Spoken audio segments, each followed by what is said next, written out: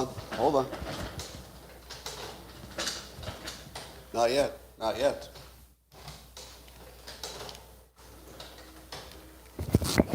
This is the part of the show the locals people usually see, but you don't see on YouTube. This is where I'm fussing around to do my checklist of everything and get it right in 2 minutes.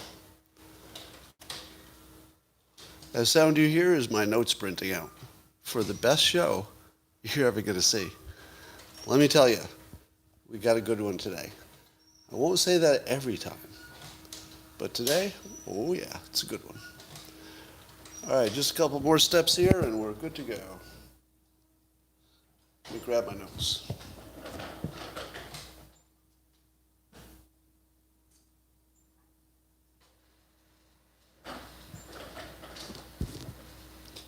Oh, good news. It looks like there might be another twist in the saga. That instead of my normal show, you might get to see me take that HP printer. See it there? That's my HP printer. It's trying to do something, trying to print my notes for the show. It's making noise. Looks like it's begging for cartridges or something. I don't know. But what it my last HP printer is in pieces on the floor of the garage. Yeah, I don't even think it knows it. Because obviously, hey, what the hell's going on? Obviously, if my printer knew what its fate was going to be in about 5 minutes, it would be printing a lot better than it is. A lot better. Because its predecessor is in a lot of pieces that I keep in a container next to the door in the garage so I can see it every time I walk by. And I like all of my equipment to know that it's this close to being destroyed in public. Let me push this button and see what happens.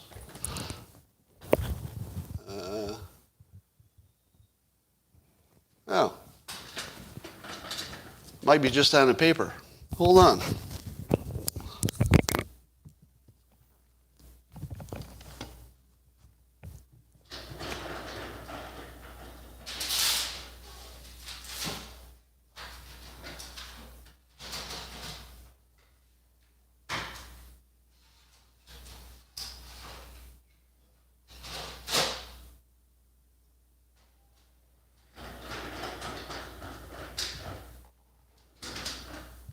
Kind of exciting because if this doesn't produce anything like my notes in about 60 seconds, I am going to rip it out of the wall and throw it over my balcony onto the sidewalk below. Now see, a lot of you think it's senseless.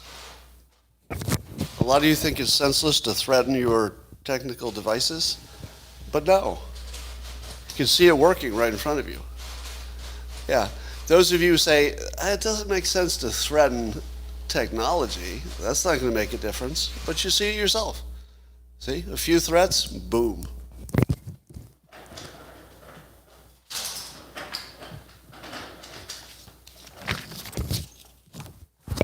All right.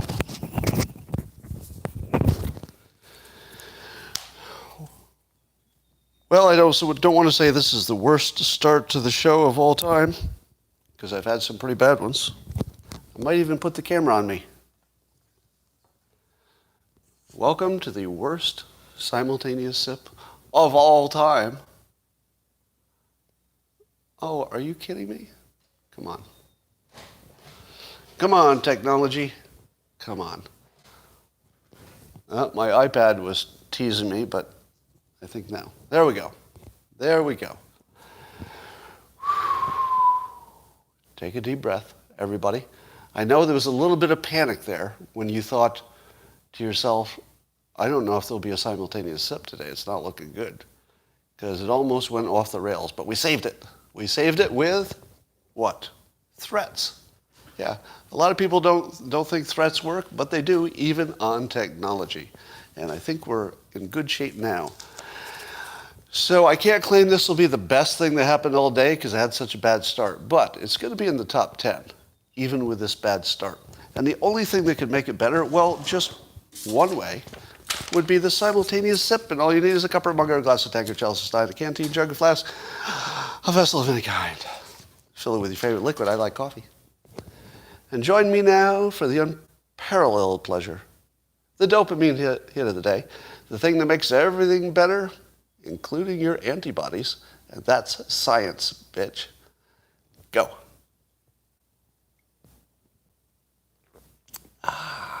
You can feel your antibodies a little more active now, right? You can feel it. Don't you feel yourself getting stronger? Yeah, I think you do. Well, there's all kinds of fun news today. Let's jump right in. Jump right in. And I'm going to do that by showing you a little video here that some of you may have seen, but it's so damn good, I got to show you again, in case you missed it. Just in case you missed it, there's a new meme video going around. I don't know if you get how well you can see. God fucking damn. I'm sorry. All of my technology is sort of acting the way it's not supposed to. This is something that should have taken 10 seconds, and now I'm boring you forever. All right, I'm going to try to do something simple here. There's a photo on my phone, and now I'm just going to touch it with my finger. I tried that before, and all kinds of bad shit things happened. But I'm going to try it again, because I'm pretty sure that touching a photo, yeah, it worked that time. All right. Here's a photo of Joe Biden greeting Boris Johnson. Now, here's the funny part. Look at the expression on Boris Johnson's face. Can you see the expression on Boris Johnson's face? But also look at his right hand. It turns out that cornholio disease is actually transmissible by touch. You know what I mean. You remember the Joe Biden where you're standing like he was frozen, like cornholio? Well, apparently you can transmit that because it looks like Boris Johnson just immediately went into cornholio mode as soon as Biden touched him. Well, that's got to mean something. I think our medical professionals should look into that. All right, but that wasn't even what I was going to show you. I was going to show you one of the best political ads I've ever seen. And I'm not really following the Virginia governor's race enough to have a favorite. But Glenn Youngkin is running as a Republican against Terry McAuliffe. And I just looked at a campaign ad put out by Youngkin. So again, I'm just showing you his work. I'm not promoting him or whatever. I haven't looked into any of these candidates enough to have an opinion, but except the school choice, of course. Whoever's in favor of school choice, I'm probably for. But I want to show you this. I don't know if you'll be able to see it well enough on my little phone, but it'll give you the idea. Let's see. So this is Glenn Youngkin. Oops. More government control. Try it again. For too long, we've been told by the same career politicians that more government control is the answer. But this election isn't about them. It's about us. All right, now watch this video. It's about law enforcement that needs our support to keep Virginia safe. Parents who want a better education for our kids, and Virginians who deserve lower taxes. Together, we can build a better future that works for us. This is our moment. On November 2nd, a new day begins in Virginia. All right, so you missed the first part that makes it brilliant, but it's the first few seconds is what makes this brilliant. There's a crowd of all white guys in suits. They're all white. This election isn't about them, it's about us. All right. It's about law enforcement that needs our support. I realize that's a terrible audio visual, but the point is, it starts with this army of boring, zombie-like older white men in suits. And they sort of represent, the government or the power or the people in power. And they're just sort of marching zombie-like. And then you see regular citizens, beginning with a police officer, walking through them, sort of violating their powerful whiteness, I guess. Now, they weren't all non-white, but the clever way that they set it up is that it's all these old white guys in power, and then you see people who, some white, some black, you've got a mix of men and women and stuff, and you see that they're all sort of violating that row of old white guys. But here's what happened. Well, you said buy. You should wait for the payoff. The payoff is that he reframed the situation from race, which is where the other team was going with it, to power, which was very clever. Because he made it look as though the old white guys are not about being white, because the people violating, their power visual were some white, some black, some men, some women. So he basically reframed it from race to power. Somebody says my locals mic is off, but it isn't, is it? So are you having trouble with the sound on locals?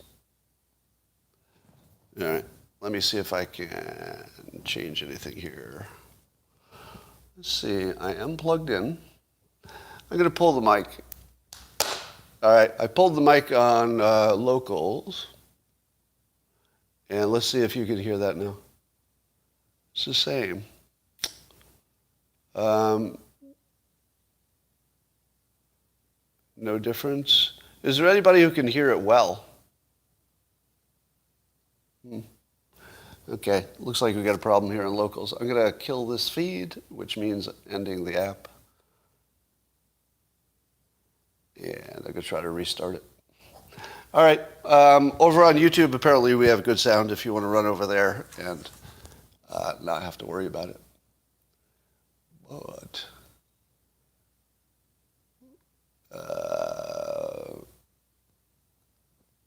looks like I'm not going to be able to do this. All right, let's see. Let's try it on my other device. I've got God, what a nightmare this morning is. Oh my God. Is just everything going to not work?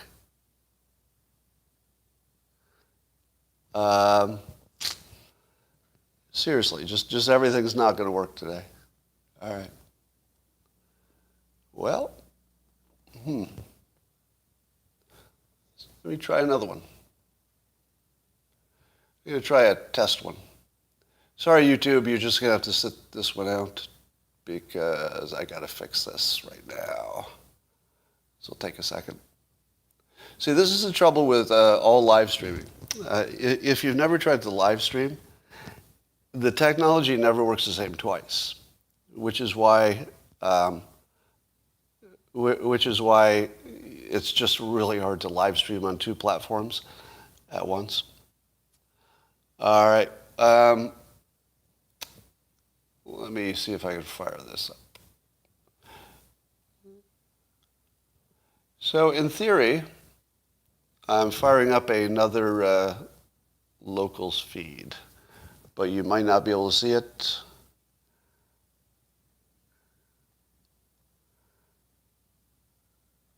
You might not be able to see it. So we'll see if they can find it and I'll go on.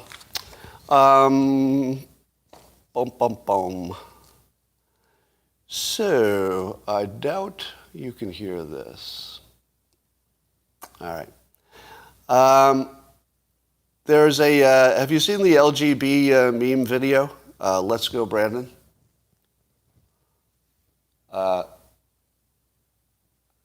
Yeah, I'm kind of surprised that my locals app wouldn't learn something from the printer.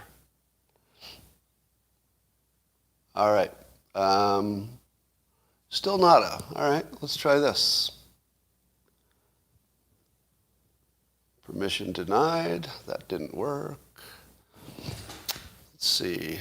All right, screw it. Go to YouTube. Go to YouTube. Sorry, locals. We're still in beta. God. Oh my God. I'm going to have to break something now. I'm trying to just type a message to the locals platform to go to YouTube. And every time I type, it's just changing the words as I type them into something else. So I can't even type go to YouTube. And if I can't type that in the next minute, I'm just going to destroy everything in this office. I'm literally going to start ripping the technology out and throwing it all out the window in about 60 seconds. I'm just going to try to write, go to YouTube on an iPad while it continually tries to correct me. Go to capital YOUTUBE,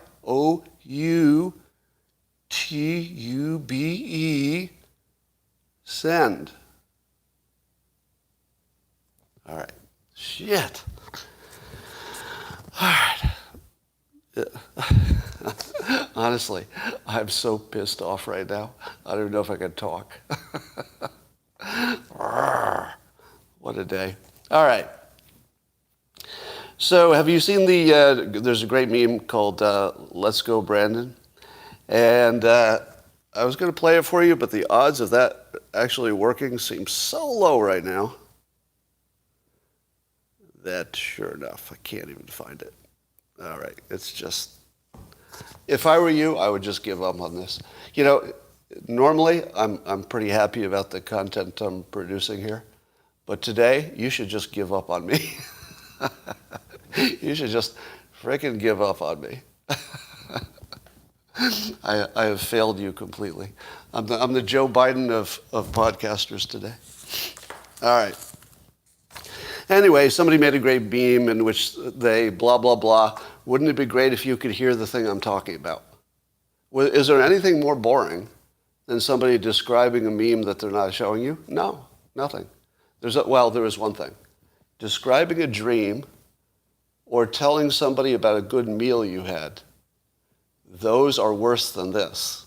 So it could be worse. You could be listening to a coworker telling you about a great potato they ate that one time. That's worse. All right, let's talk about something that doesn't require any technology. Have you seen that Facebook is doing these ads in which they're asking for more government regulation? Have you seen that? It's pretty clever because both the left and the right are mad at Facebook for different reasons and some similar reasons. So Facebook is very cleverly doing persuasion in which they're producing ads saying, we'd like to, have the best control of bad content while letting good content through, but it's tough for us to do. It would be a lot easier if we were more regulated. They're actually asking to be more regulated. And I think it's brilliant in terms of a way to manage the problem. I don't know what could be better than asking to be regulated. All right.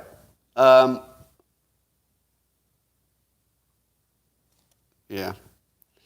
So apparently Roe v. Wade might fall because of the nature of the Supreme Court. People are saying that. I'm not predicting that's going to happen, but let's say it gets chipped away at to the point where it's difficult to get an abortion in, I think there could be up to 20 states that would restrict it if they could. So if Roe v. Wade falls, let's say 20 states or so make it illegal to get an abortion, you should expect people would drive to neighboring states where they could. And here's my prediction, which I predicted before, but I'll re-up it. I will predict that there will pop up a solution to the transportation problem. So right now, if you were low income and you wanted an abortion in a state that, let's say in the future, they restrict it, you could, in the future also, I'm pretty sure, arrange to get a ride and maybe even a place to stay overnight until you come home, something like that. And I think that it'll just pop up spontaneously from abortion activists who will just say, all right, I'll take a turn. Today will be my day to drive 100 miles. I'll take a couple of people. So I have a feeling that it will get really complicated to get an abortion, but I can't see it going away. I feel like the system will just adjust. All right. So here's something that you wouldn't expect. You know that Joe Biden likes to raise your taxes, right? You've probably heard of that. He wants to raise your taxes. But Biden loves taxes so much, he's actually trying to raise taxes on other countries. I'm not even making that up. I'm not making that up. Biden is at the G20 meeting right now, and he's going to be pushing something called the global minimum tax. He's literally Not making this up. He's literally trying to raise taxes in other countries. Now, if you had told me that could happen, I would have said, that's pretty funny. That's some hyperbole right there. Ha ha ha. He loves raising taxes so much that he's raised all the taxes he can in this country, and now he's got to go to other countries to raise their taxes. Except that it's happening. It's actually happening. Oh. But don't you feel good that instead of sending a leader that would embarrass the country, somebody who's embarrassed the country with mean tweets, don't you feel better knowing that we sent an empty bag of meat instead of a mean tweeter? I don't know about you, but as an American, I feel pretty good about Joe Biden being there, a brainless sack of meat. And the good news is I don't think people are going to mock him like they did Trump for his mean tweets and things he said. I think they're going to let Biden off the hook because you don't really want to be seen as mocking the mentally handicapped. And while you think that might be a joke, it isn't. Because I do think that Biden is so obviously mentally degraded at this point that it's a little hard for any leader to make fun of him, because it would be making fun of somebody mentally handicapped. And no leader wants to do that in public, right? So Biden has somehow solved the problem of our president being mocked by being so degraded that he's unworthy of mocking at this point, or at least you wouldn't do it in public. So good work for those other leaders, not mocking our degraded president. How much must it sting to be Trump? Did you ever get, let's say you leave a job or you get fired or something, and then you're replaced by somebody who's really good? You don't really like that, do you? Because you're like, oh, damn it, I got replaced by somebody who's better than me. That really stings. Same as if you have a breakup and you get replaced by somebody who's, I don't know, better looking, younger, richer, whatever it is. And you're like, oh, damn, that stings. But it's worse if you get replaced by somebody terrible. I mean, it's bad both ways. But if you're running for president and you get beaten by a brainless bag of meat, that's got to sting. Well, who beat you? Well, it was almost a human being. It was a sort of a semi-sentient bag of meat, and beat me pretty handily. That's got to sting. No wonder Trump's having a hard time with it. Apparently, one of the big topics at the G20 will be climate change. And I remind you, this is a perfect example, that the public runs the government, not the other way around. The public runs the government, not the other way around. Now, it's different in maybe a dictator situation, but in any democratic republic kind of a situation, the people are in charge. And why is it that the politicians all have to say good words about climate change when they get together? Is it because they, as leaders, decided that's what they want to say? Nope. They have to say these things in public because the public requires it. The public's in charge. The politicians have to give the public what they ask for, or they can't stay in their jobs. Here's the catch, though. We do delegate to our government decisions that are close. In other words, if the country is a little bit closer to, having a mixed opinion on it, well, then we say, all right, okay, we can't figure it out ourselves, so government, go make a decision and we'll live with it, because at least we'll respect the system, even if we don't like the result. But the public does that intentionally, in a sense, because they can't make a decision on their own. But when the public wants something, let's say 90-10, does the government have any flexibility? None. If the government wants something by a 90% majority, the people will get what they want. The government has to give it to them. So if you're trying to get something, don't convince the government. They're just listening to the people. You need to convince the other citizens. So your power play is to convince other people. And then other people, when they get to some majority, will convince the government. But convincing the government of anything is probably a waste of time. They're just responding to the biggest forces. So never forget that you're in charge if you need to be. And if it's 50-50, well, maybe you just need a different system and the government satisfies that. Apparently Biden's playing the forgetful old man card at the G20.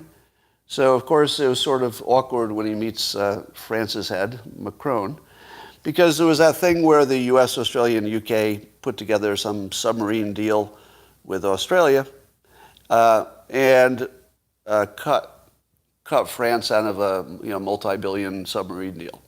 Now, France was quite mad about that, and here's what Biden said to Macron. He said,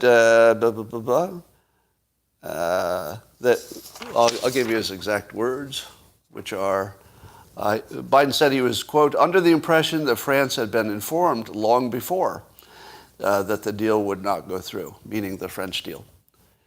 So Biden actually used as his excuse, he didn't know that they hadn't been informed. His excuse is that he was uninformed about some major thing happening in the government. And that's his excuse. And he got away with it. Apparently people are going to say, yeah, that makes sense. He probably did forget. So I guess we got that going for us. Now, what do you think of Bitcoin? Anybody? What do you think of Bitcoin? And what do you think of Bitcoin in the context of regular money being inflated and debt and all that? Now, I think it was Jack Dorsey who was tweeting about Bitcoin and its association with inflation. And he had some provocative tweets that I thought were really good because they were provocative. Really got you. It forced you to think about the question. So it was some good tweeting there. And yeah, Bitcoin is an outlet for inflation. So if you're worried about the value of your regular money, what would you do? How would you play that if you were worried about your regular money? Well, some people are going to put their money in Bitcoin. But Bitcoin has its own problems, right? Because Bitcoin is not risk-free. But some percentage of the public is going to put money there. So what are the odds that Bitcoin will grow as inflation grows? What do you think? Let's get your prediction rather than mine, because I don't make financial advice here. So nothing I say should be financial advice. What do you think? Do you think that Bitcoin goes up because it's a inflation escape valve? Almost all of you are saying yes, aren't you? Now, of course, crypto is a psychological money, right? And in some ways, or a lot of ways, regular money is psychological too, but not as sensitive to it, probably. Some say Bitcoin is an inflation gauge. Yeah.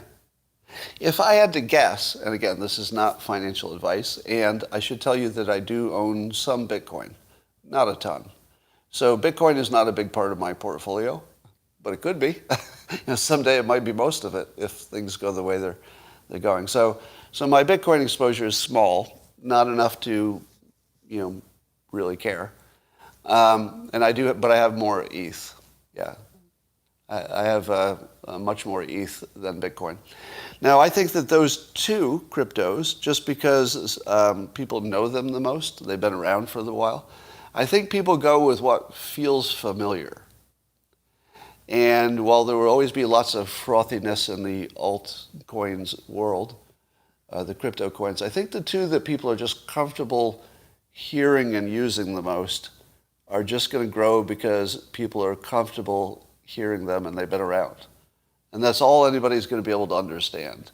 So if you expect the public to understand any intricacies of cryptocurrency, well, not many of them, 2% maybe, tops. The rest of the public is going to say, I guess I got to get into this crypto thing. Tell me the least amount you can tell me that will let me get into it and, stay out of trouble. And now if you were going to give somebody advice and you couldn't educate them completely, and you just wanted to make it simple, what would you advise them? Here's what I would advise them. It is the time to at least diversify into some crypto. Anybody agree? How many would agree that it's the time, maybe it wasn't always, but it is certainly the time now, that if you don't own some crypto, it's probably a mistake. If you're 90% crypto, that's probably a different mistake. It could work out well for you. It might work out really well. But, in terms of statistically, it would be a mistake. So here's what I think. I think because the uneducated masses are likely to start looking around for alternatives, I think they're going to go to the big names. Just like people buy Apple because it's safe, they buy IBM because it's safe, they buy Microsoft because it's safe. They shop at Amazon because it's safe, relative to something they don't know anything about. So if I had to guess, the psychology of this is that inflation will make crypto seem like a smarter move, a less risky move, because the alternative is more risky now, and that the Bitcoin and ETH will be the big winners. There will also be some minor coins that do well, but those will be exceptions. All right, let's talk about something else. The Lincoln Project has taken responsibility for a fake demonstration in which they had people with tiki torches pretending to be conservatives, pretending to support Glenn Youngkin, the Republican. Now, what they were trying to do is associate Youngkin with the Charlottesville Fine People hoax, because most of their voters don't know it was a hoax. Most of the Democrats still think the Fine People hoax was something that actually happened. They don't know it was a fake edit of the video. And if you ask them, they'll say, Scott, you're so wrong about this because I saw the whole video. I saw it with my eyes, I heard it with my ears, but of course they didn't. They saw an edited version that they thought was a complete one. Now, here's the funny part. Somebody named Lauren Windsor tweeted, in my capacity as a communications consultant, I worked with Project Lincoln, which is a weird thing to admit in public. If you were trying to sell your services, would you admit you had worked on the Lincoln Project? That feels pretty dicey. I'm not sure I would admit that if I wanted to sell my services to anybody else. And she said that she worked with them to coordinate today's Youngkin action in Charlottesville, meaning the fake protest thing. And she says, I joined them in the fight to defend our democracy from right-wing extremists and call for Glenn Youngkin to denounce Trump's, quote, very fine people. So she's a communications consultant who either doesn't know that the Fine People hoax was a hoax, which is a big problem.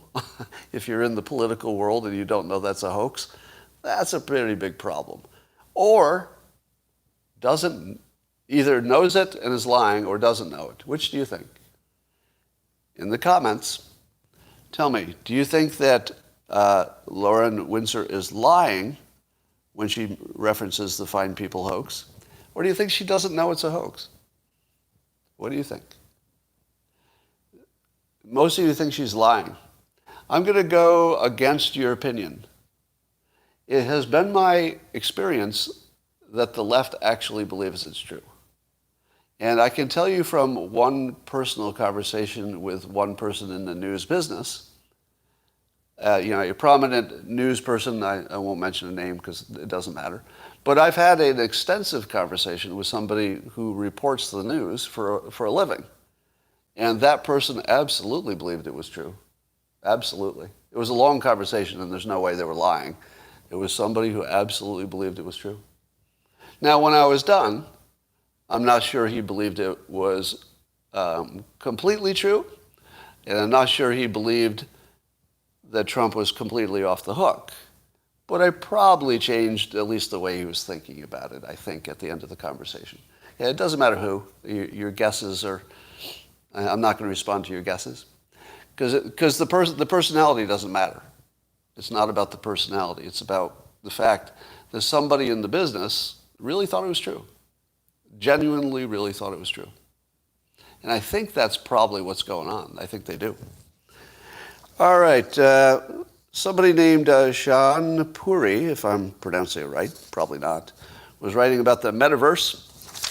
Of course, that's the company formerly known as Facebook, now called Meta. They're going to build these virtual worlds, and it's going to be Facebook's new big thing. But here's what this tweet thread, which I tweeted and I recommend, from Sean Puri. How do you pronounce it? S-H-A-A-N? Sean? Or do you give some love to each of the A's? Sean? How would you pronounce that? I don't know. We'll work on the pronunciation. But he points out that our real lives, in the physical world, are gradually being sucked into the digital world. And his argument is just really elegant. And he's talking about how when TV came, we sort of got a little bit of our attention got absorbed into television. And then computers came, and a little bit more of our real life got pulled into the digital world in terms of where our attention is. And then phones came, and suddenly like 75% of your life is now like a digital virtual life about things that are happening digitally. And he says that Meta will just put you over the top. It will be the crossing point where the virtual world is your real world, the one you prefer, the one you care about, the one you're interested in, and your real world, the one you think is your real world, will be one you try to avoid as much as possible. You're going to have to spend some time there to do some basic stuff. But you might be able to work and live and have sex in a forum. You might be able to have relationships, form families, have lives in the digital world. And here's the thing.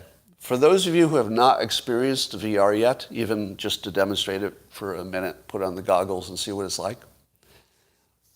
If you think it will not be addictive enough to get you, you haven't tried it.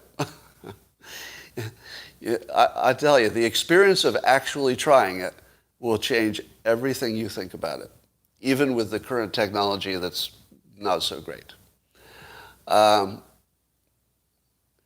I think I'm going to block I'll just give you one warning here. I'm going to start blocking whoever is doing the red herring comments. There's somebody over there who wants to say red herring, about something. I don't know what it is, so I'm not going to comment on it, but I'm going to start blocking you because you're really annoying. Okay? And by the way, you can just tell me what it means or what it is, and I'd be happy to look at it. But just saying those words over and over again, if I see it again, I'm just going to make you go away, okay? I'm sure I'll see it in half a second, so I can make you go away. All right, I guess somebody doesn't want to go away. And I love this argument that we're being dragged into it. But all I'm going to warn you is that I've spent some time in the virtual world, and it's good. And in many ways, it will just be better than regular life pretty quickly. It's guaranteed. AOC doesn't like Meta, the company formerly known as Facebook.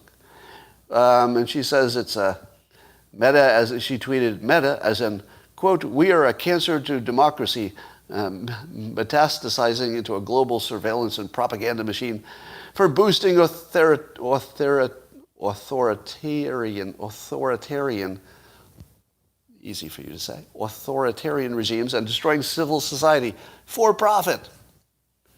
Now, Facebook is hated by the left and the right, and yet growing like crazy. So I don't think anything can stop it, because I think both the left and the right complain like crazy and then use it. They complain and then they use it. So as long as they use it, it's going to keep being whatever it is. Here's a topic that I have avoided for personal emotional reasons.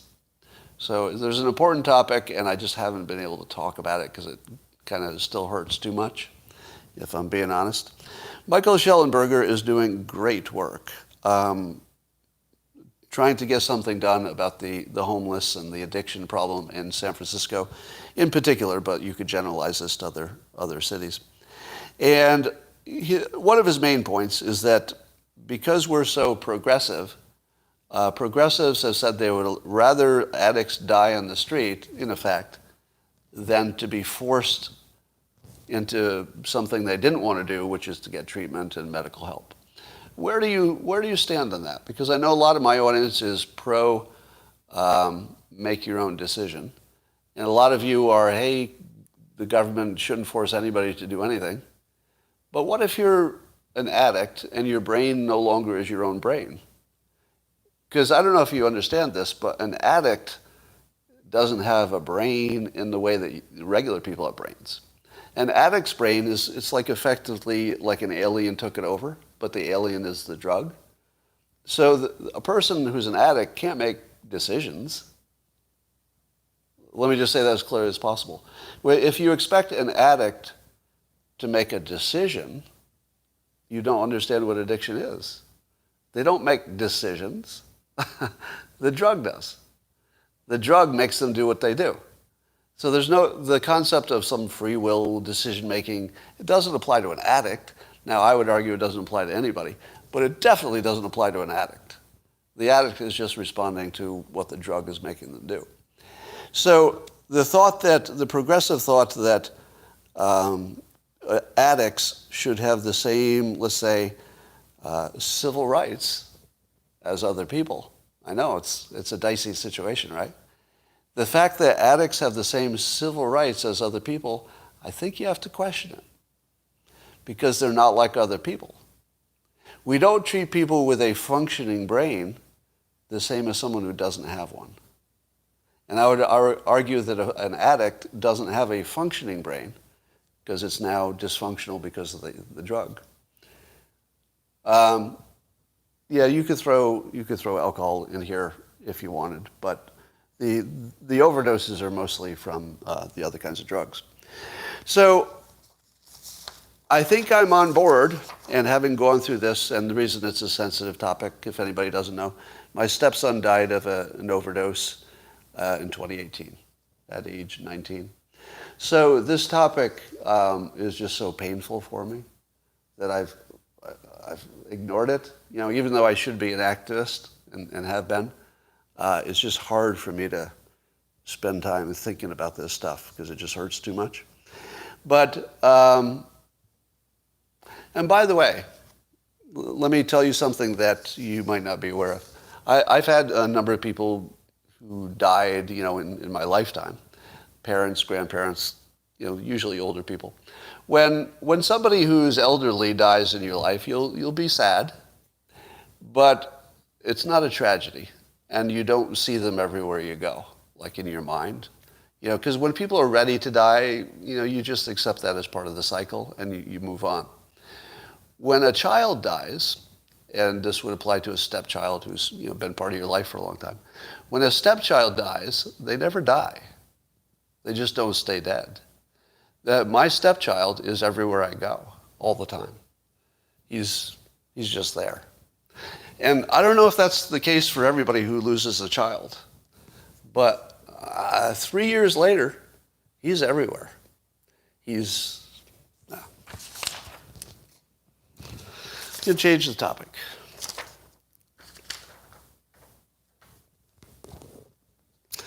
That's why I don't talk about it.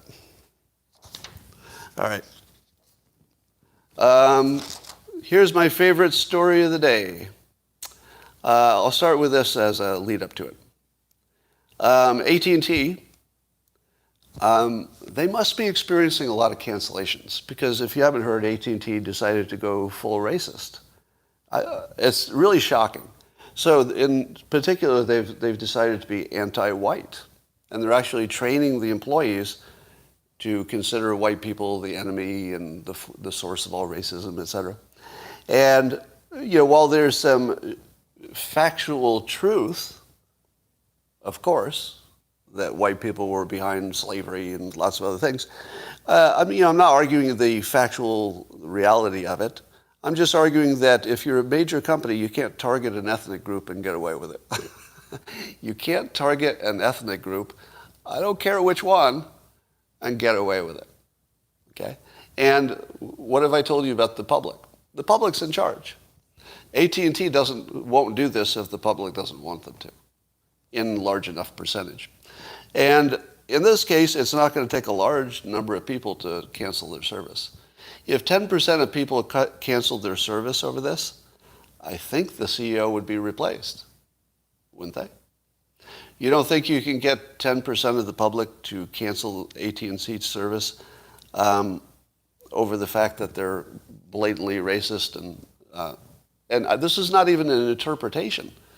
I'm just telling you what they say, right? They're demonizing white people. I'm not making it up. You can check for yourself. And I would have to think that by now, just based on the number of people in my own follower base, the number of people who told me that they canceled AT&T this week, it's pretty big. On YouTube, now on the Locals platform, a lot of people canceled AT&T this week. How many of you are looking into it, or on YouTube, the followers there, how many looked into it? At least considered it. And I see a yes, looking into it. I'm just reading some. I'm considering it. Hell yeah, I canceled it today. I am now. Yes. Too much hassle, yeah. Yes, I'm looking, definitely going to do it. Looking, yes, me. Okay, so look at the comments. A lot of yeses. Now, we can't get a sense of the percentage, right? Because the people who are going to cancel are the ones who are going to answer here. So I don't know if that's a big number or not. But given that there are 3,200 people on here, that's a lot of yeses, isn't it? Again, I don't know that that's a lot of yeses because I don't know how many no's there are. But it looks like it. I mean, anecdotally, it looks like a lot, but we can't be sure. All right, so here's the point. I wonder if their board has taken up this issue yet, because they have to be noticing it. I think they're going to notice the cancellations. And in my opinion, the company needs to be driven out of business. I think that this is a big enough offense that the company needs to be bankrupted for it. And the alternative would be for the CEO to resign or be replaced. I would accept that, but if they change the policy at the same time. But you can't let a major American company be overtly racist and stay in business. We don't do that in America. That's just not American. So if you want to be anti-American and sell to Americans, good luck. Good luck. And by the way, I don't think it's just white people who are complaining. Like, don't you think that some black people are saying, this is what we were fighting against, racial profiling? You don't think there's some black people? I mean, I've heard from them, so I know that there are. There are some black people who don't like AT&T targeting white people. Because as soon as you say it's okay to target a group, you're causing some problems. All right. And I'm going to dovetail from that story into this one, my favorite story of the day, by far. Do you all know who Ibram Kendi is? Ibram Kendi. Apparently a very smart guy. I think he's some award-winning scholarly person, so a very smart guy. And he's one of the major forces behind, let's say, educating people about systemic racism and pushing the education of the public on race, etc. And he tweeted something which he had to delete. This is so delicious, I'm doing it slowly. I want you all to get a good dose of this one. So here was his tweet, which he deleted quickly. He said, more than a third of white students lied about their race on college applications. And about half of these applicants lied about being Native American. More than 3/4 of these students who lied about their race were accepted. Do you know why he deleted it? Now, I don't know that the information is wrong. The information is probably right. I haven't seen it challenged. But why would he delete that tweet? Well, Andy No has an opinion about this. Andy No responded by showing the deleted tweet. And he tweeted himself, Andy did, race activist Ibram Kendi tweeted out a report claiming high numbers of white students falsely identify as people of color to reap benefits. He deleted the tweet after realizing it didn't advance his argument that whites are privileged in every way.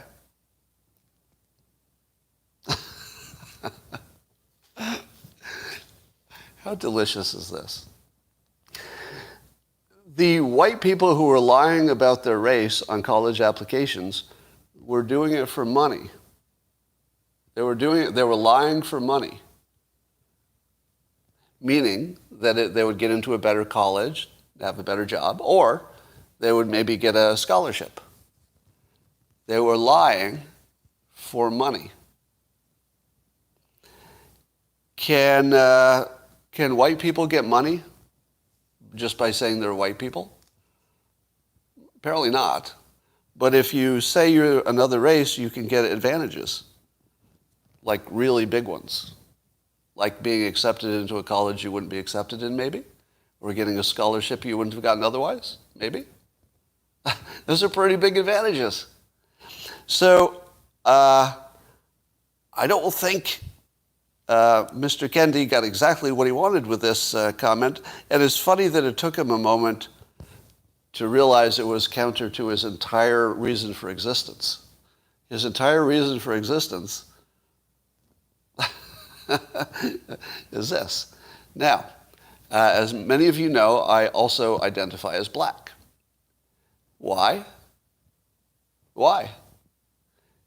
Because I can.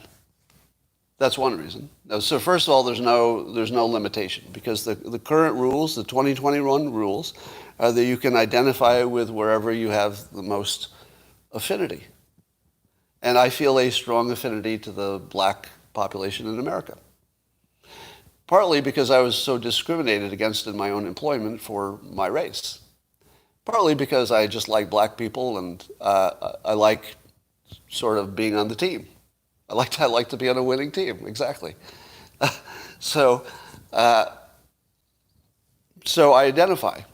Now, do you think that these students were lying, or were they identifying? Were they lying, or were they identifying? Because if they were identifying, it's fine. If they were lying, well, then they're liars. Nobody can support that. But I don't support that you lie about it. I support that you literally identify as whatever group gets you the most benefits. And here's the cool part. You can change it anytime you want. So you could be filling out your college application and identify as Native American or black or whatever you wanted. And as soon as you've handed it in, you could say, "Whoop, I'm going to the store now. I'm going to go shopping. I'm going to identify as white so people don't follow me around and think I'm going to steal something." And then as soon as you leave the store and nobody has followed you around for suspected stealing, and you've got to apply for a job, identify as black, apply for the job, get the job, keep your identification as black until you need to change it. Now, I don't see any problem with that under the current rules. Do you? And I didn't make the rules. I'm not suggesting a rule change. I'm saying those are the current rules. Have I ever told you how to destroy a bad idea, a bad policy? In the comments, tell me what's one, and maybe the only way, to destroy a bad idea that's policy or a law. How do you destroy a bad idea? You embrace it. Exactly. You can't do it by criticizing it. You can't make a bad thing go away by criticizing it, because whoever did it in the first place still thinks it's a good idea. But you can adopt it, you can embrace it, and you can use it for all it's worth. And you know what happens when you embrace it? The system collapses, because it was a bad rule. The reason it's a bad rule is that if everybody embraced it, things would go to hell. So if you want it to go away, just embrace it. Embrace it. What do you think these college students did when they said that they were Native American or some other person of color? What do you think they were doing? Lying? Were they lying? Or were they embracing it? Probably a little both. But the ones who were embracing it hard, they're my heroes. Yeah, it's hard to know if anybody was doing anything but just lying for money. But if they were consciously embracing it to break the rule, and they got away with it, heroes, total heroes. So if you get to the point where 100% of the students identify as people of color, problem solved. Problem solved. It's the Bulworth theory, except accelerated. Do you know the movie Bulworth? It was a eccentric politician who said a lot of outrageous things, and he was running for president in this movie. And one of the outrageous things he said is that, and I have to use the F word here because it's a quote, right? So send the children away. There'll be an F word here, but it's somebody else's. He said, why don't we just all fuck until we're all brown? Just everybody fuck until everybody's brown, and then problem solved. No racism. Of course, there would be racism because we just find other reasons to dislike each other. you know, the left-handed people would be in trouble or something. We'd find some reason to discriminate because that's who we are. But I think if a third of students said this and many of them got an advantage from it, what's it going to look like next year? Next year, if you found out that 3/4 of the people who lied on their application got a financial benefit from it and no penalty, what's going to happen next year? Well, it's not going to be 1/3. It might be 2/3. So next year, it might be 2/3 of all the applicants are pretending to be or identifying with another race. So I think that's the most delicious story of the day, in my opinion. All right, here's a question for you. If you for the people who are getting booster shots, if you've already gotten 2 shots of the same type, let's say 2 Modernas or you got 2 Pfizers, apparently now they're going to open it up that your booster shot could be a different vaccination. And I think the idea is that they've tested and they found your antibodies still look good no matter which you boost, whether it's the same or a different one. But on top of that, it might make it easier for supplies, more availability because you don't have to worry about which one you're getting, et cetera. So there could be a whole bunch of benefits for that. But there's one obvious problem, isn't it? Isn't there one obvious problem? In that if you are worried about the safety of the vaccination itself, aren't you doubling your risk by doing a second one? Am I wrong about that? So I need a medical opinion on this. Medical opinion. So I've taken 2 Moderna shots. If I were to get a booster, I would personally, this is my own thinking, so I'm not recommending this to you, but my own thinking says I should get the same shot again. Here's why. Because the first 2 didn't kill me. I had no known side effects from the first 2 shots.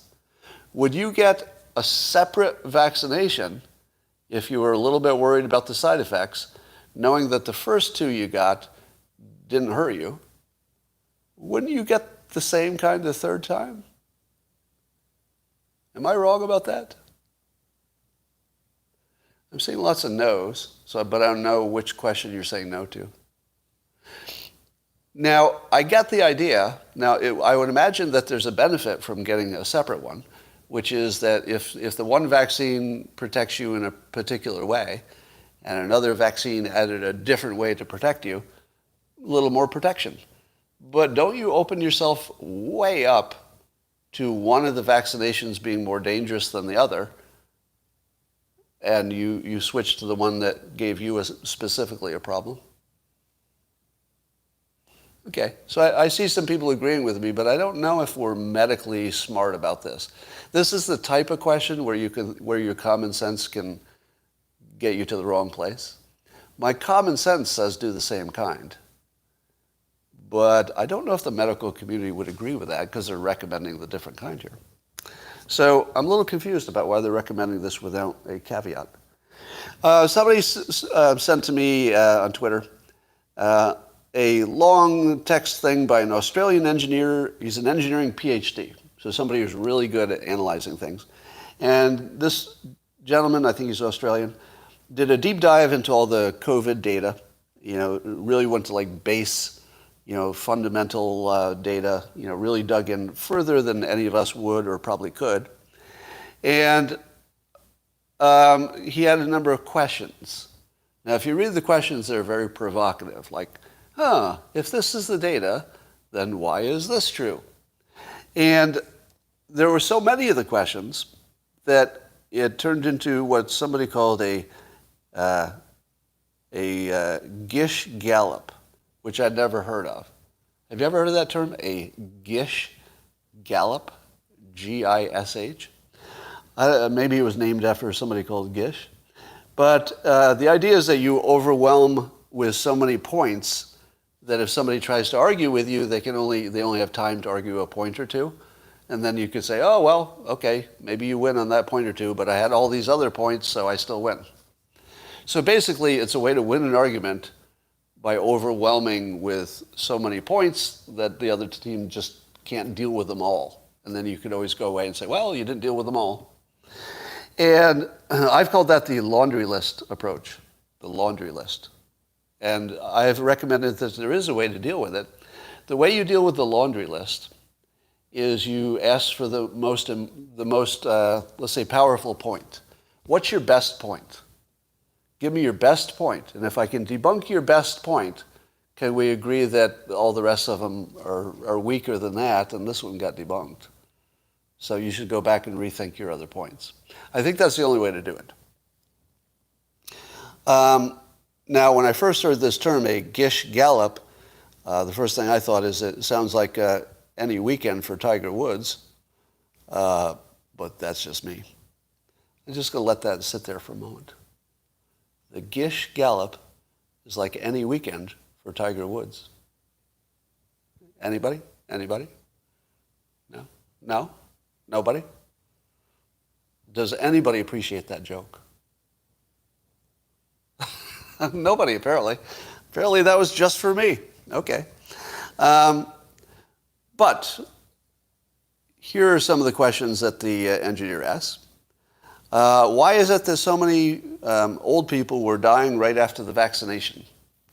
If the vaccinations are safe, why, according to some data source, were so many old people dying right after the vaccination? How can you explain that?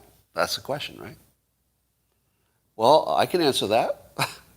Is there anybody here who can't answer that? Why did so many old people die after getting vaccinated? It might have something to do with the fact that the order of vaccination was people closest to death first. I'm just going to guess that if you were almost ready to die anyway, wouldn't you expect that group to have a lot of deaths after a vaccination? Because you could walk into any old folks' home and juggle. Let's just say you're a juggler. And you go to the old folks' home and you just start juggling. Do you think any old people will die within 2 weeks after you juggled? Probably. Probably. Yeah. So I don't know if that's the answer, but it seems obvious to me. One of the questions was, why did the regular flu disappear? Why did all indications of the normal seasonal flu just disappear? Now, I've asked this question myself. What do you think is the answer? Why did the regular flu disappear? Now, one would be that the regular flu is being misdiagnosed as COVID. That seems likely, right? Good chance the regular flu is being misdiagnosed as COVID. Maybe. But I would think 100% of the people who had the regular flu and thought it was COVID would get a test, wouldn't they? Wouldn't everybody who had symptoms get a test these days, at least in the United States? So I'm not so sure that's the explanation. And I don't think he was suggesting that's the explanation. Here's why I think the regular flu disappeared. Somebody says kids not in school, but there were a lot of places where kids were in school. right? And doesn't seem to make a difference. So in other countries, the regular flu disappeared, and in other countries, they went to school. Do you think it's because masks are really good against the regular flu? Maybe the masks are really good, but only for the regular flu, not for COVID. Do you think? I don't think that's the answer. Robin says, here we go. All right. The people who think that I'm cleverly trying to convince you to wear masks or to get vaccinated or anything, you're all wrong. You're all completely wrong. So you can't read my mind, but let me tell you what's in there. Nothing about telling you what to do. And I'm anti-mask. At this point of the pandemic, I'm anti-mask, except in special situations. Here's why I think the regular flu disappeared. It was never real. That's why I think the regular flu deaths disappeared, because they were never real. They were always estimates based on seasonality. There would be a seasonal bump in total deaths, and people would say, well, we don't have any other way to explain it. It's probably those flu deaths. Maybe. But I think when you started counting and you couldn't find any, once we got really serious about, oh, you got some symptoms, we're going to test those symptoms, and then they tested them, it wasn't the regular flu. I have a feeling that the regular flu was always bullshit, in terms of the deaths, not in terms of whether people had the regular flu. Yeah, and I've never known anybody who died from it. Now, if you talk to doctors, doctors will tell you they do see people die from flu. So it's not like it didn't happen, but it's also very old people, frail people, etc. All right. That was just about everything I want to talk about today. I'll try to figure out what's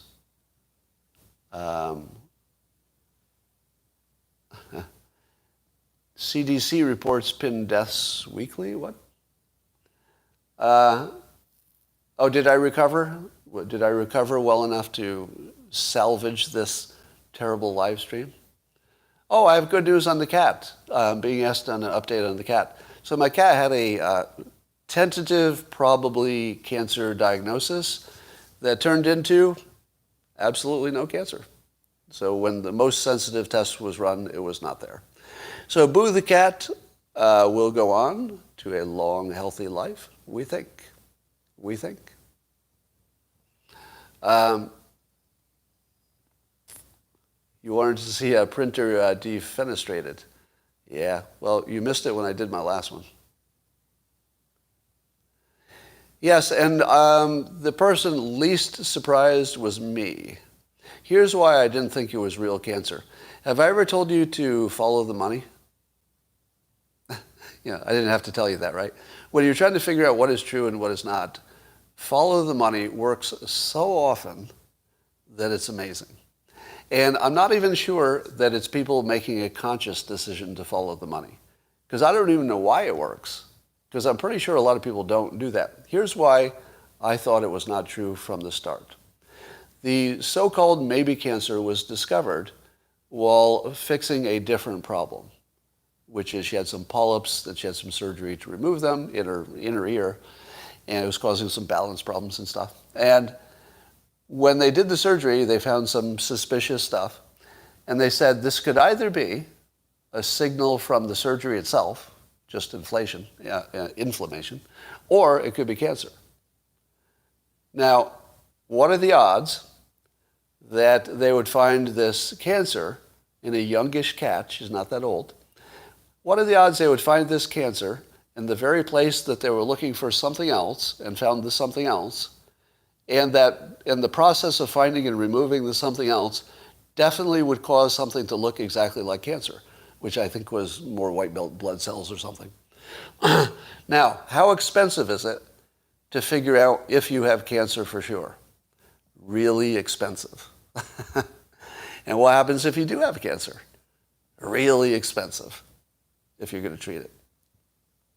Now, so we did more tests. Follow the money. The money would have suggested that there would be more tests. Sure enough, there were more tests. Next test run was ambiguous. It was ambiguous because it was an insensitive test. So what do you do if you get an ambiguous test? Well, you got to do the expensive one. You got to do the expensive one. And so that's what we did. Now, all along, I said to myself, it seems like this would be a very big coincidence that we discover cancer.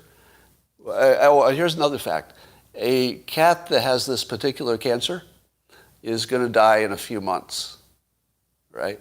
This one will get you in a few months. What are the odds that that little period of the cat's life, those few months, would be exactly the only time we did a surgery and discovered this cancer, and not only discovered it, but discovered it so early that there were no symptoms, right? There were no lumps or anything like that. What are the odds? So I said from day one, follow the money. It looks like this is not real, and sure enough, it wasn't. It wasn't. So I don't know that, I actually like my veterinarian a lot, and I don't believe that she was just following the money. But I do think that it's weird coincidence that you could predict it always goes that way. Now, she has another problem, which is she still has the infection that caused the original surgery to happen. But there's some drugs you give her. You can give her drugs, but you have to give it to her for 2 months, and then she'll be fine. The alternative is a hyperbaric chamber. And the vet explained to me yesterday, if you want an even better result, you could take her to a hyperbaric chamber frequently for 2 weeks for these, what I assume are super expensive treatments that traumatize your cat. And then you could be a little more certain that the antibiotics work. But the antibiotics will probably work even without that. Now, I said, stop.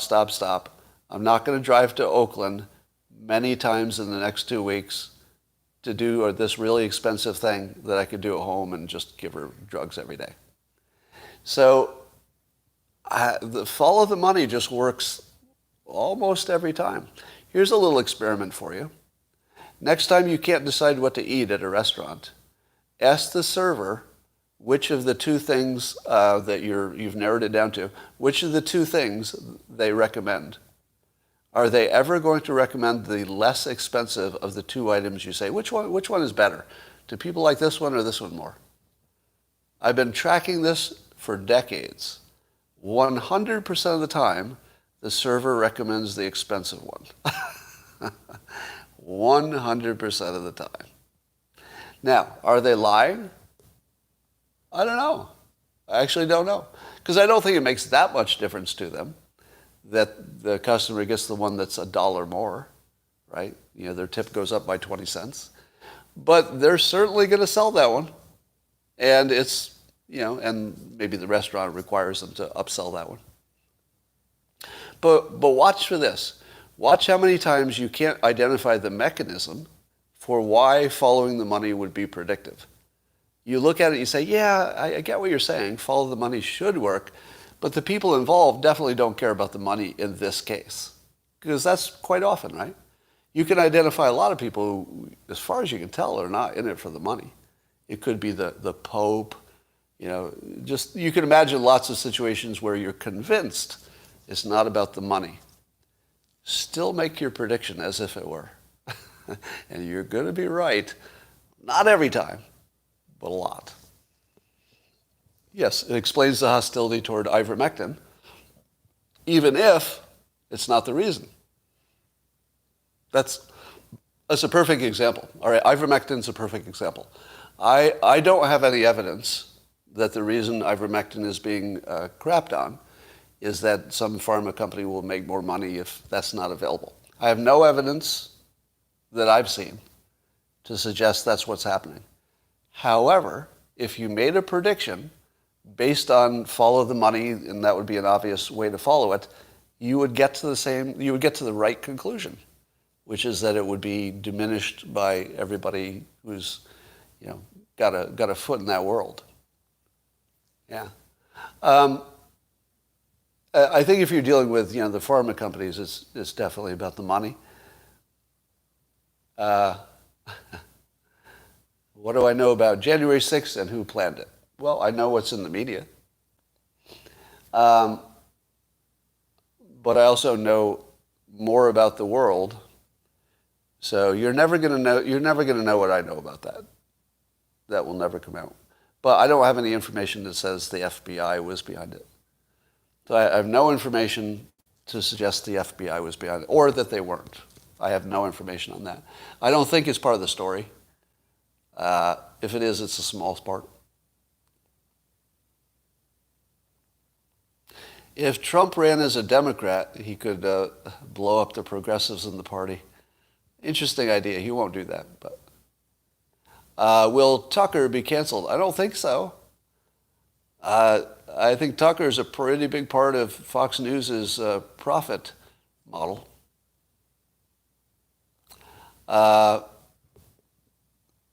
Ray Epps, I don't know who he is. The Lazy Man's Guide to Enlightenment. Sounds good.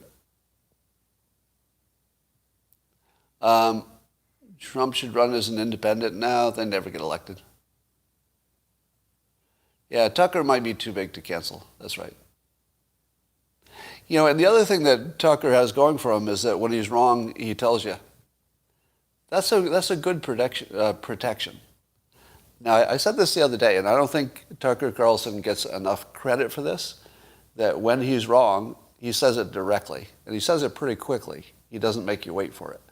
And I think that keeps you safe, because he could say something that was pretty outrageous, as long as it was, you know, an honest opinion. And I think he can say, okay, I was wrong about that. You know, now that you mention it, I'm wrong.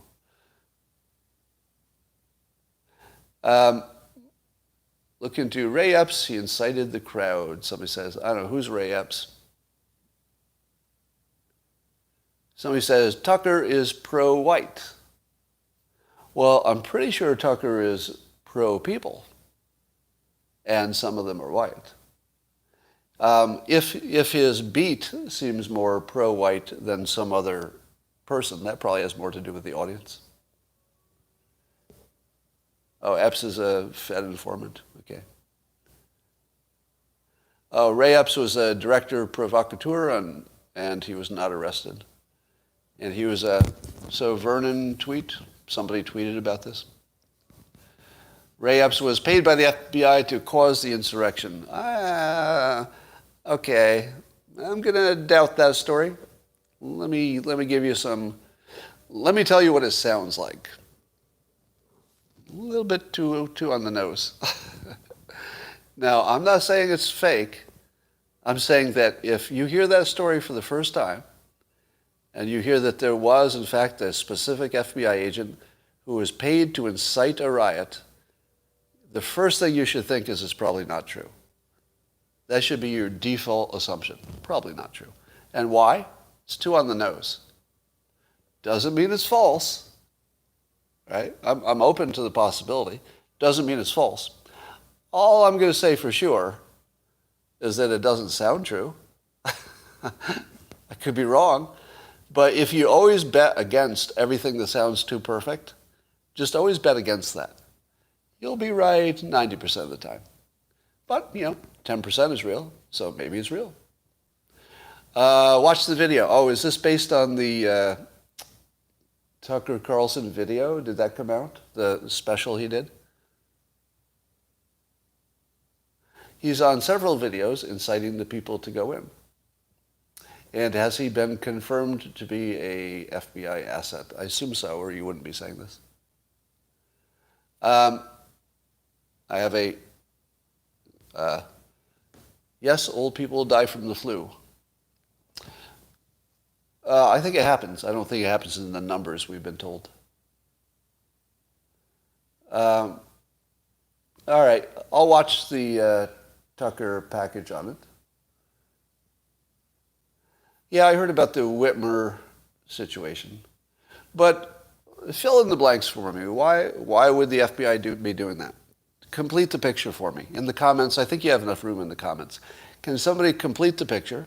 Let's say it's true, and I'm not stipulating that, but let's say, just to think it through, imagine if there was an FBI informant, let's say it's this Ray Epps guy, And let's say the FBI paid him to help encourage the thing. Why did he do it? Why would he do it? FBI works for China? I don't see that.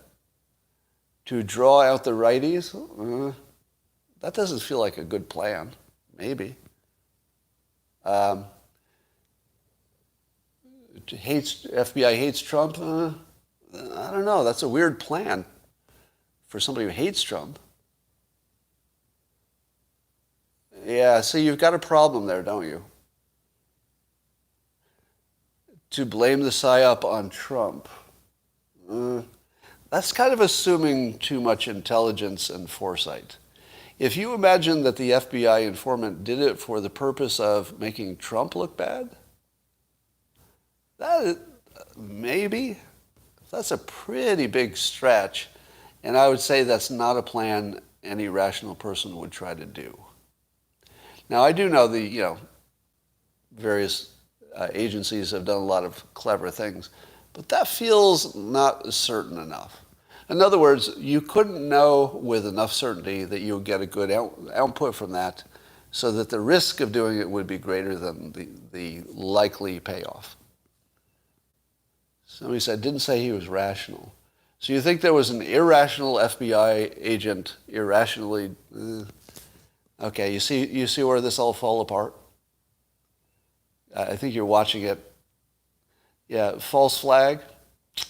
So, all right, to do a false flag, you'd have to have reasonable confidence it would work, right? So let's say in Syria, if somebody did a false flag about a chemical attack, would they have a reasonable chance of getting away with it, and not much penalty if they didn't? So let's say you staged a false flag chemical attack in Syria. I'm not saying that happened, but let's say you did. If it didn't work, would there be any penalty to you, the people who put on the hoax? No, there would be no penalty. It would just be a hoax that didn't work. Now, suppose it did work. There'd be a big payoff, right? Because you might change the military balance there. So it makes complete sense that somebody in Syria would try to fake a chemical attack, do a false flag attack. Complete sense. Because the payoff is obvious. There's no downside, but the potential payoff is huge, and it's hard to see it going wrong. It's hard to imagine how that could have gone wrong. But now take the alleged Ray Epps convincing people to attack the Capitol. Could he have known with reasonable confidence that that would result in people disliking Trump more without collateral problems such as deaths? I don't think you could do that. Now explain the Steele dossier? Yeah, I can do that.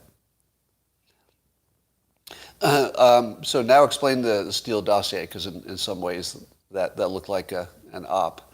The Steele dossier only had to convince the fake news to tell a fake story that was bad for Trump. What are the odds that would succeed? Anybody? It's a fake story, and they only have to convince the fake news to tell it. That's it. It doesn't have to be true.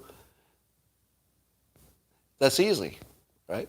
So it's easy to do a fake flag attack, and you could even predict it. If the upside is tremendous and predictable, all right, it's very predictable that the fake news is going to report this story. Even if they retracted it later, it would still work because they would report it up to that point. Now, what are the odds that Christopher Steele thought that he would come out behind by doing this?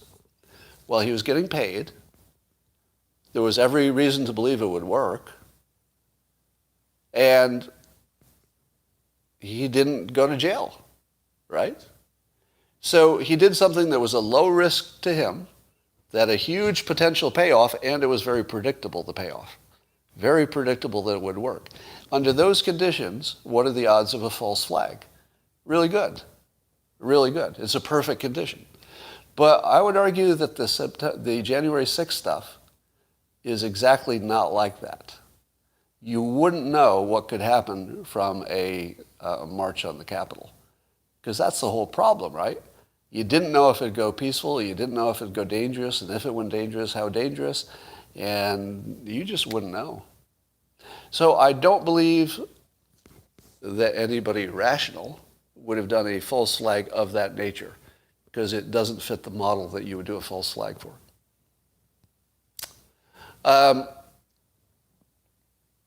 Scott's assessment of odds are not convincing. Well, the beauty of my argument, when I put it in terms of the odds, is that you can take the structure of the argument and just put in your own odds. And then you might get a different opinion.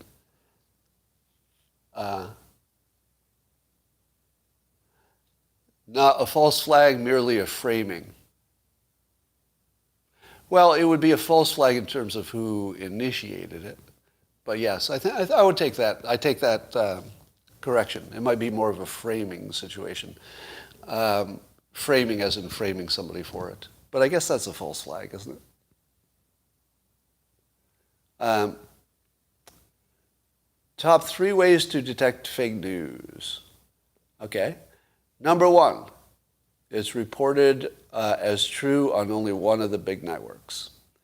If CNN says it's true and Fox News says it isn't, probably isn't true. But also the other way around. If Fox News says it's true and CNN says that never happened, probably didn't. So that's the first rule. Both networks have to report it the same, or it's probably not true.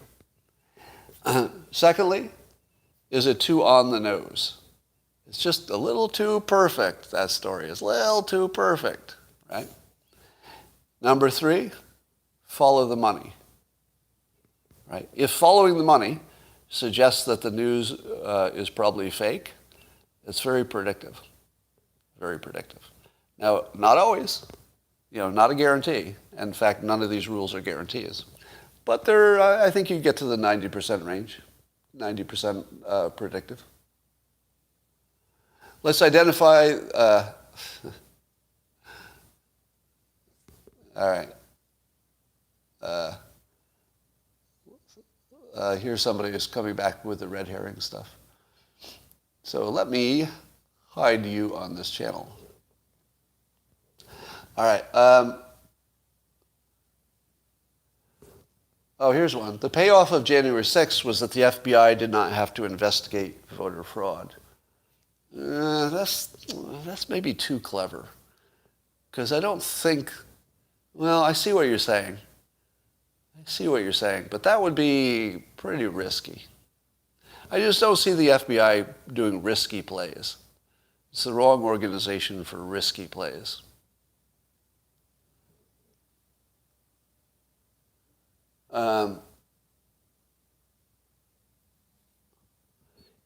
FBI is dirty. Well, open your eyes, Scott.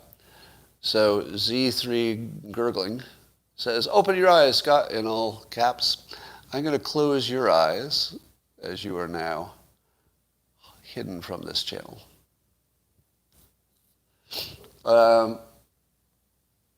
What's the risk? You have a guy, what's the risk? The risk is getting caught and then finding out that the FBI was behind it. That's the risk.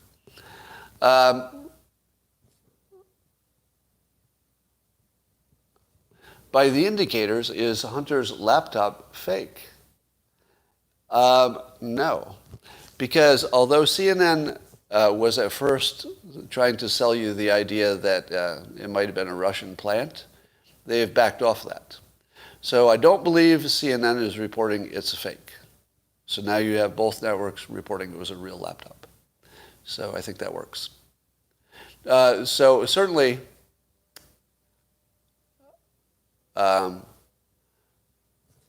when did the FBI getting caught ever matter?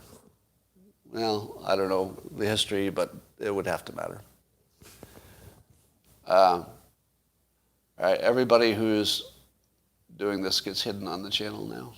All references to that. Okay.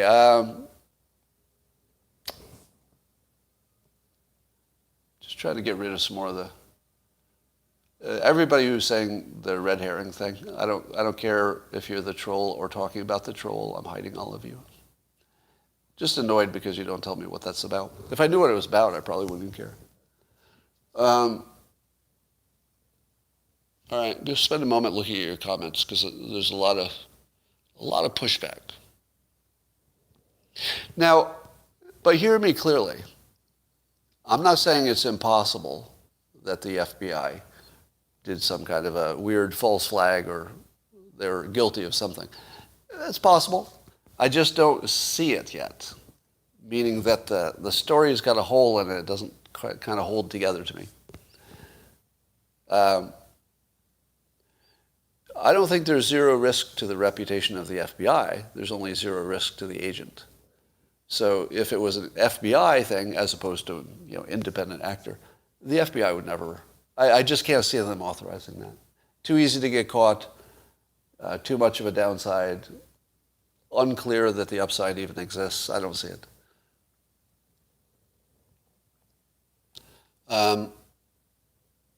You will be persuaded, Ellen says.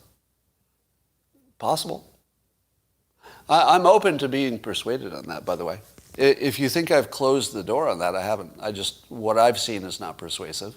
What you've seen seems to be persuasive. Maybe there's something else you've seen. But I'll look into it. I'll watch the Tucker Carlson package.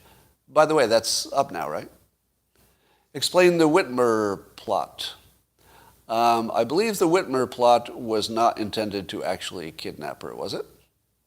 Now, I don't know if I have the details right, but wasn't the story that an FBI informant was getting a bunch of, who were they, militia, to come up with a plan to kidnap Whitmer?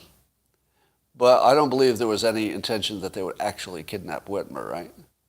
Isn't it routine for the FBI to maybe get people to plan a crime and then stop it before it happens? Have you read anything by Nassim Taleb?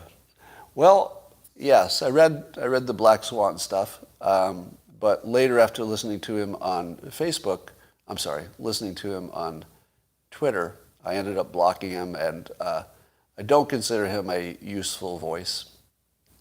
I don't want to diagnose somebody I don't know, and I'm not a doctor, but whatever Taleb has going on is influencing his opinions and communication. There's something going on with him that doesn't have to do with the arguments. And I don't know what it is, but I don't see him as being a useful voice at this point. Same Whitmer agents sent to incite January 6th. It might be the same people, but I don't believe that the FBI gets people to do actual violent crimes just so they can accomplish something. Is there any precedent for that? Is there any precedent for the FBI getting people to do the actual crime as opposed to arresting them before it happens? Has that ever happened? The Whitmer kidnapping crew's lead agent and two of his underlings have been kicked out of the FBI, one for being a wife beater. That seems coincidental. Did I hear Michael Shellenberger on Joe Rogan? I love Joe Rogan and I love Michael Shellenberger. I think I know the arguments, so I'm not sure I would have to follow all 3 hours of it. My only problem with Joe Rogan show is that it's long. Now, if you want long content, it's exactly what you want, but I rarely can consume long content. Let's see. Greg Wright is Satoshi Nakamoto. All right. How would we know? By the nature, we can't know if it worked. Well, maybe. That's a good point. But also, the people doing it couldn't have known it would work out. There's no way they could have known that. And it didn't work out, did it? Many of the Islamo plots were done the same way. Martin Luther King, well, that's sort of ancient. Yes, FBI agents in Boston, John Conley. I don't know that story.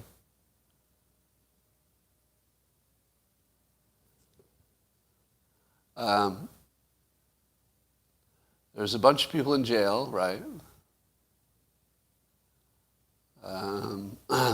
Yeah, Rogan and Chappelle have been doing their act together for a long time. Wake up, Scott. I'm just going to block you. I do. Anybody whose best comment is wake up, I don't want you to follow me. I'd rather you just watch other content. Wake up. I don't believe that I'm unwoke. I believe I'm influenced by evidence. Is that okay? Can I be influenced by evidence? Abscam.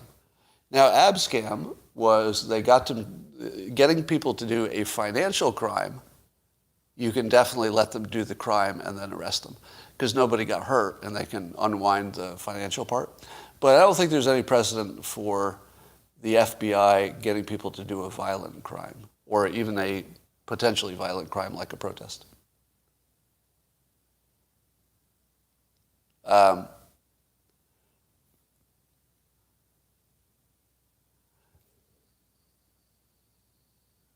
Where do you watch Barnes? Yes. Any advice on how to be balanced in hobbies and fun stuff? Nope. I'm the worst person in the world at that. All right. Vegas shooter? No, I don't think there's a plot there. Do I know who Craig Wright is? Nope. I don't. What's this? Feel comfortable sharing your ETH to Bitcoin Radio?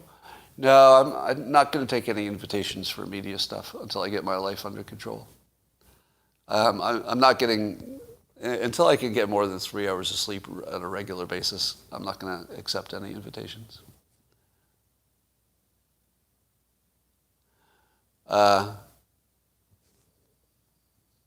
Only murders in the buildings. I tried to watch that. I couldn't get into it. So believe without evidence until evidence to the contrary? No, I simply believe that the ordinary is the best explanation until the extraordinary has been proven. Is that, I always just make the assumption that the most ordinary thing is going to happen. Yes, I'm still drumming. Would you like to see what I've come up with as my intro to this program?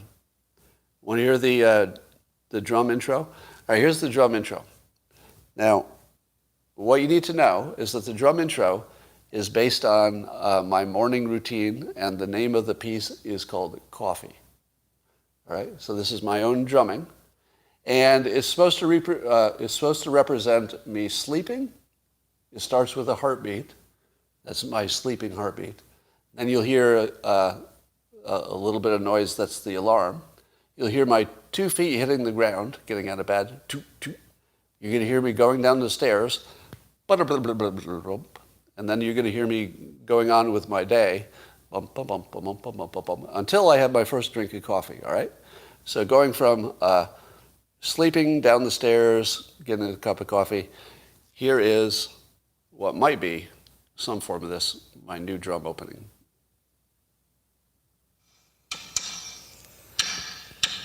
Heartbeat, alarm.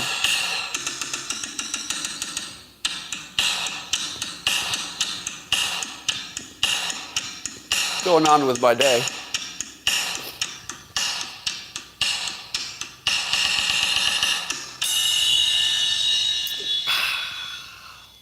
And then I match that with the sip. Anyway, that's my first draft I'm working on.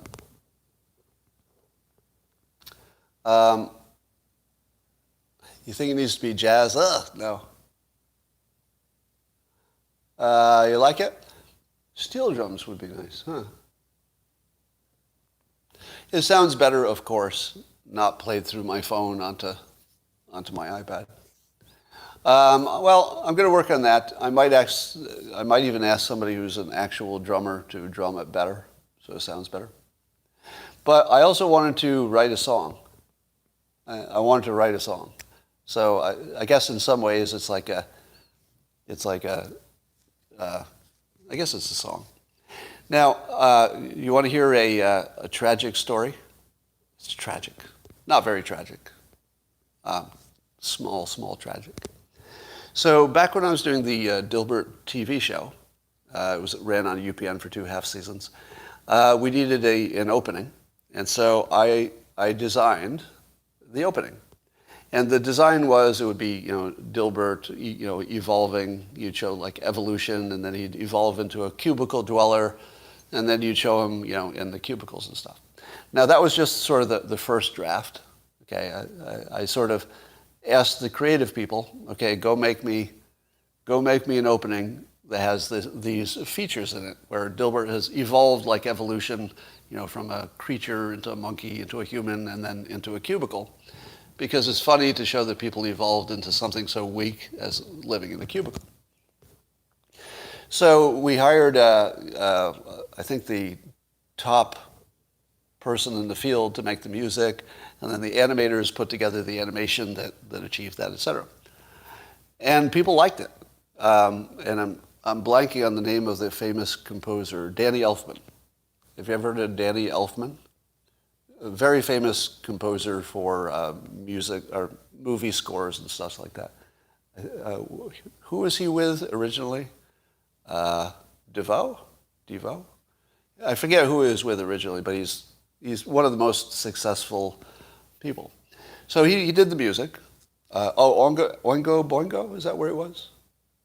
Yeah.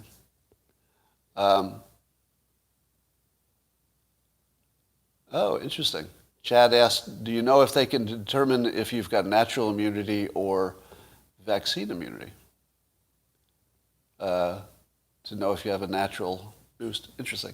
Anyway, so I put together, so the introduction is a big hit, and it is submitted for an Emmy, and it won an Emmy. So apparently there's an Emmy category for show introductions. And the show introduction that I designed and then was executed by the animators and Danny Elfman won an Emmy.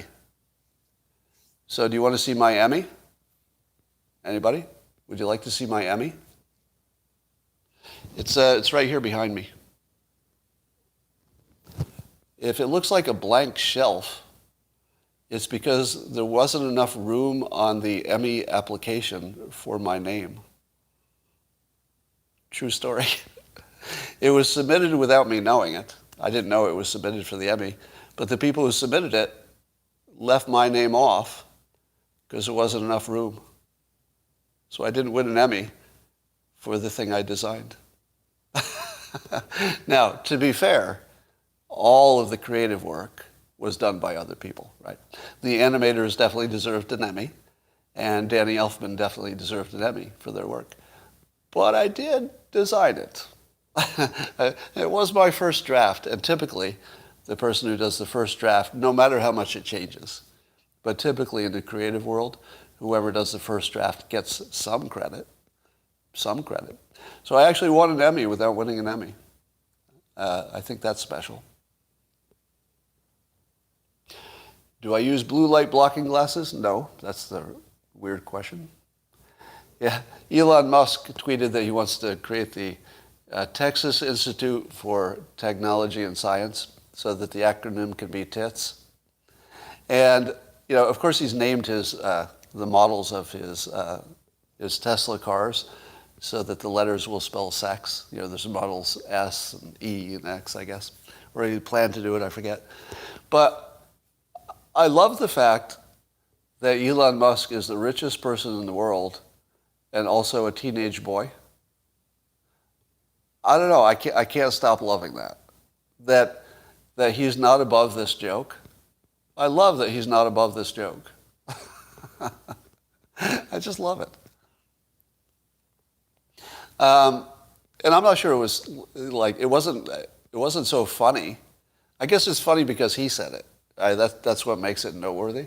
If anybody else said it, it would have been, But the fact that he could fund it and actually create it, and actually might just for a joke, is hilarious.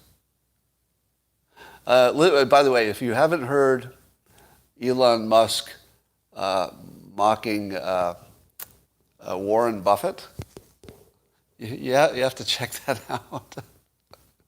Yeah.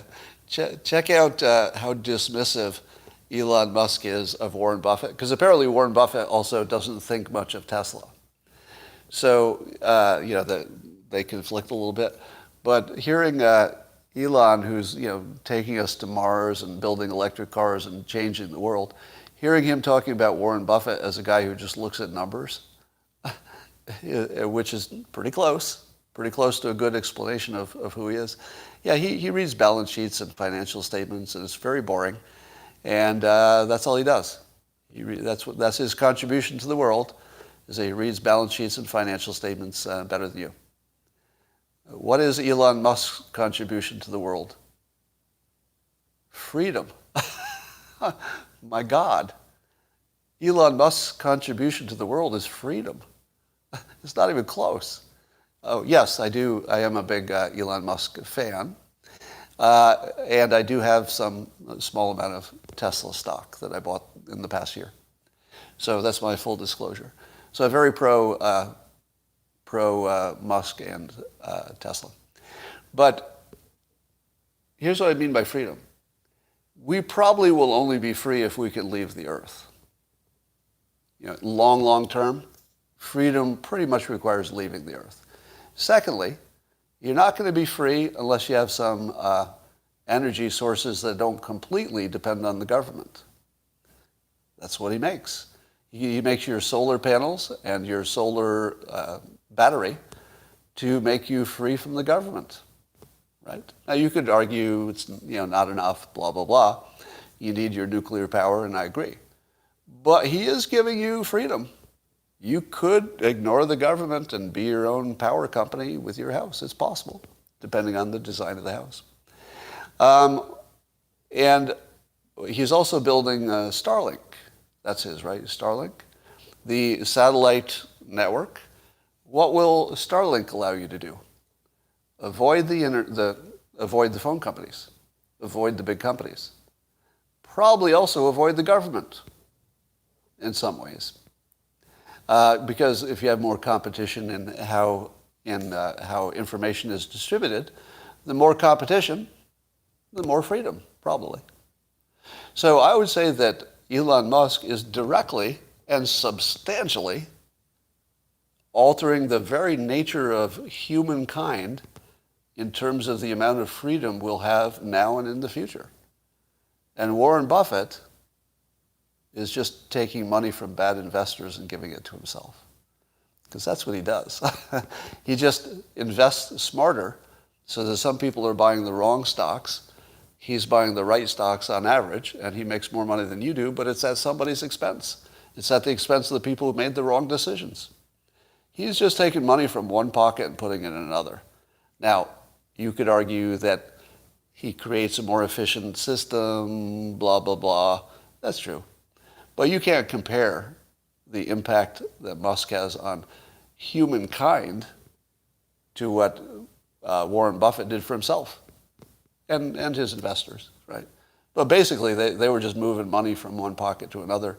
And Musk is moving you from Earth to the moon, right? Those are not the same conversation, right? So I just love that. And by the way, I have a prediction about Warren Buffett. You want to hear it? And I can only give it to you in partial form. And the prediction goes like this: that when he and Charlie Munger, who's also super old, when both of them have passed, you're going to hear some stories about one or both of them that you never heard before. And it might not be good. You know what I mean? I have a feeling that the major publications, the people who could maybe find out if Warren Buffett has ever done anything bad, probably stay away. Partly because he's so lovable, and genuinely he's just terrific in public.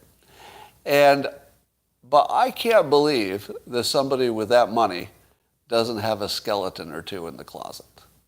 I don't know in what domain or anything like that. No, I'm not thinking of any Epstein stuff or anything like that. I think financially.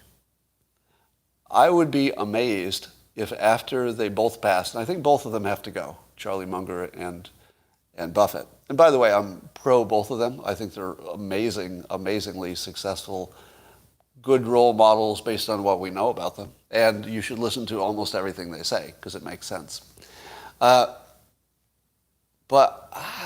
I just have this intuition or something that there's something in that story that we don't know, the Warren Buffett success story, just something we don't know. We'll find out.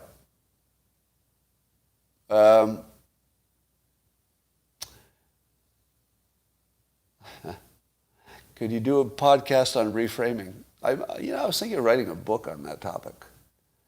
Because, unfortunately, it might overlap with too much of what I've already done.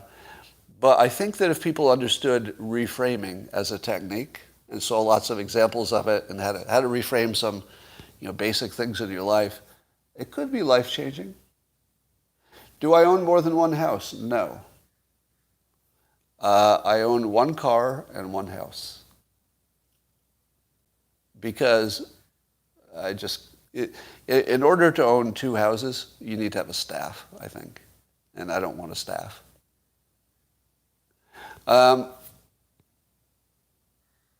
Micro lessons on decoupling and divesting from woke companies. No, I think that doesn't belong in the micro lesson list. So the micro lessons I do, I've got over 190 of them now on the Locals platform, so it's behind a subscription wall. But there are 190 lessons in 2 minutes to 4 minutes generally, each one of which would give you a new superpower. It's just something you hadn't thought of, a new way of framing things in many cases. And they're all designed to give you a power, right? They're not inert. Everyone is like a power pack. And there are 190 of them now. If you consume all 190, and again, it's just 2 minutes a piece. You could just do it while you're on the toilet one day each until you're done. Here's an interesting point. Some work for money. Scott works for ideas, and the money follows. I would say it a different way. I would say that I have a system, not a goal. My system is to follow the energy and apply my talent stack in a way that helps the most people. If you do that, money will follow. But it's not a process everybody can do because I have the advantage that I have financial security. So I can wait for things to come to me. I did this live streaming was just a huge money loser for me. It was just a money loser. It was just drive away, Dilbert fans, and didn't make any money. I wasn't even monetizing it.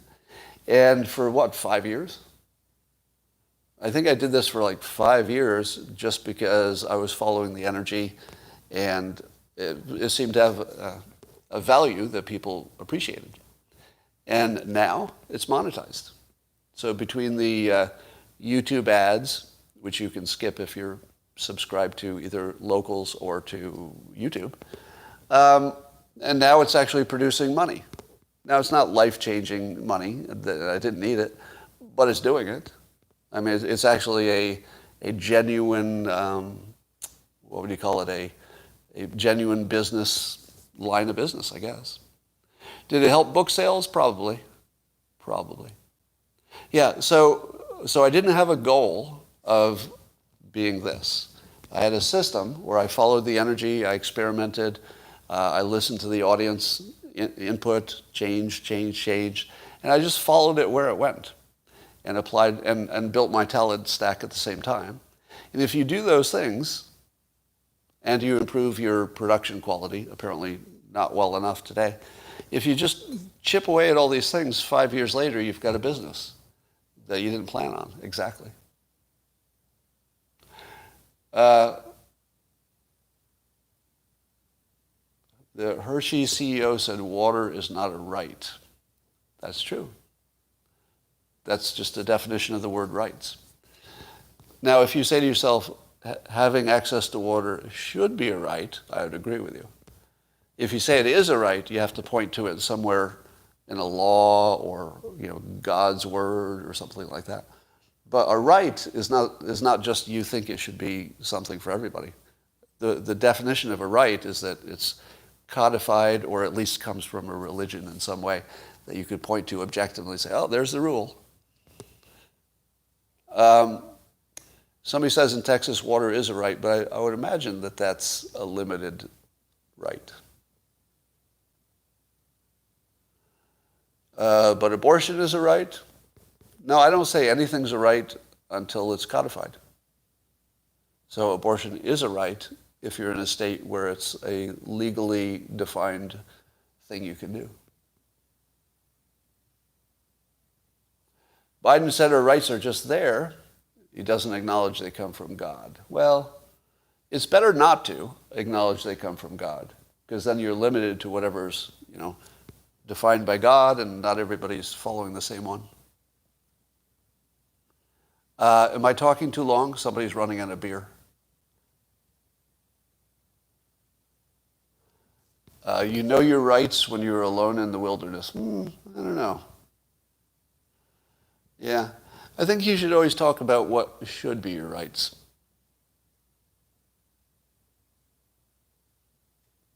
Somebody says Craig Wright invented Bitcoin and he has a huge trial that starts on Monday.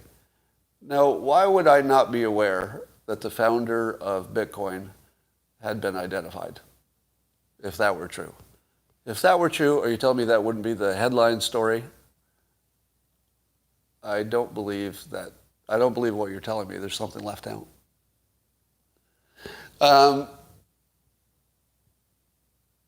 Insurance are not rights, but yeah.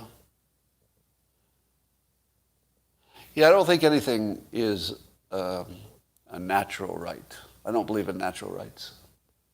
They're just things you want, things that make sense, things you would like to be a right, but there's no natural right, in my opinion.